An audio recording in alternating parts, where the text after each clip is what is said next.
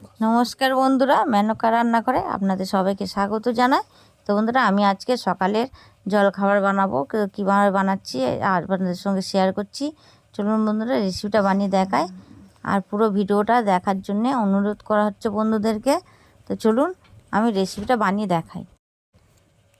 তো বন্ধুরা, আমি এখানে একটা বাটি নিয়ে নিয়েছি। আগের দিনের ভাত ছিল, তো ঝরঝরে একদম ভাতটা। তো আমি এখানে 3 মুঠো মতন নিয়ে নিয়েছি। এটা দিয়ে একটা দুর্দান্ত একটা সকালের জলখাবার বানাবো। তো একটা আলু সিদ্ধ করে নিয়েছি আমি এখানে। একটা পেঁয়াজ কুচি নিয়েছি একদম মিহি করে। ঝালটা আপনাদের মতন দেবে, বাচ্চারা খালে তো ঝালটা কমই দেবেন। আমি ঝাল এখানে একদম কম দিয়েছি। 2খানা ছোট লঙ্কা দিয়েছি একদম কুচিয়ে।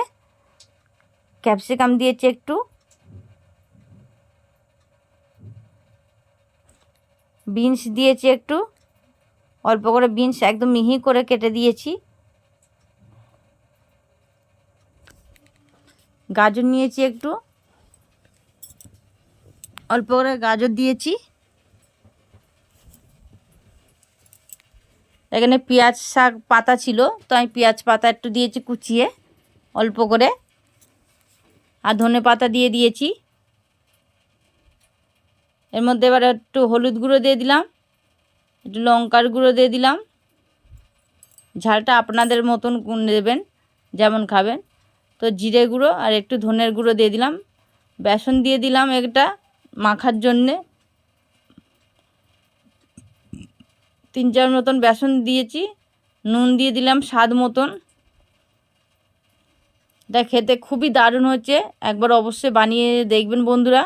তো ভালো করে এটাকে আমি মাখিয়ে দেবো আলুর সঙ্গে, সব উপকরণ দিয়ে একবারে ভালো করে মাখিয়ে নেবো।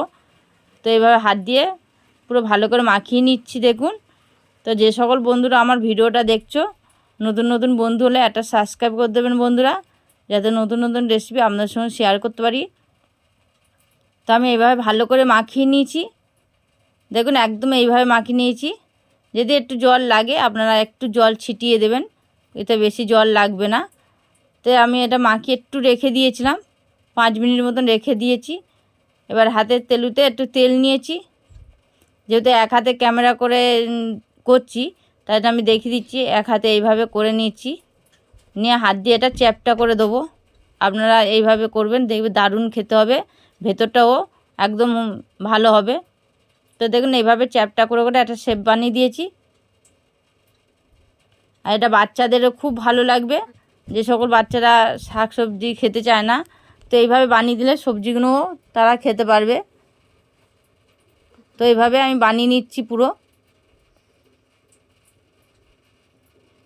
একটা করে শেপ দিয়ে দিচ্ছি এইভাবে। এইভাবে বানালে আপনাদের খেতে খুবই ভালো লাগবে, বাচ্চাদেরও খুব ভালো লাগবে, সবারই ভালো লাগবে। সবসময় এক টিফিন তো ভালো লাগে না, তো এইভাবে জলখাবার বানিয়ে নেবেন, দেখবে বাচ্চারাও খুব ভালোবাসবে।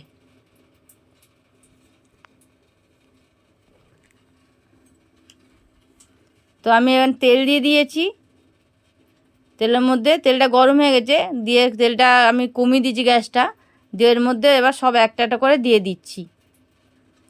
কম আঁচে এটাকে ভাজতে হবে, কেননা বেশি জোরে আঁচে দিলে এটা পুড়ে যাবে, ওই জন্য কম আঁচে একদম ভাজতে হবে।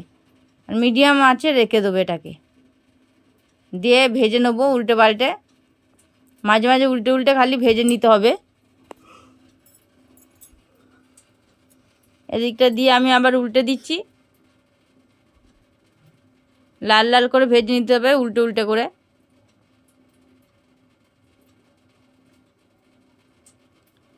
দেখুন এইভাবে ভেজে নিয়েছি। আবার ফের উল্টে দেবো, অন্য দিকটা লাল করে ভেজে নিয়ে আবার ফের উল্টে দেবো। তো দেখুন আমার একদিকে হয়ে গেছে, ফের আবার একদিকে লাল করে ভেজে নিচ্ছি।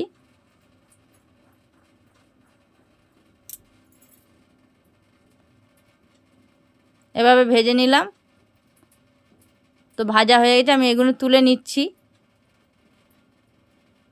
আবার একটা দেখিয়ে দিচ্ছি, এভাবে সবগুলো ভেজে নেব।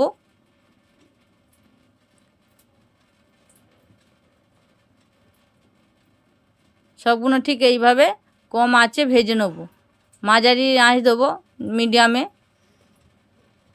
তো দেখুন ভাজা হয়ে গেছে, কেমন লাগলো রেসিপিটা একবার কমেন্টে অবশ্যই জানিয়ে দেবেন বন্ধুরা।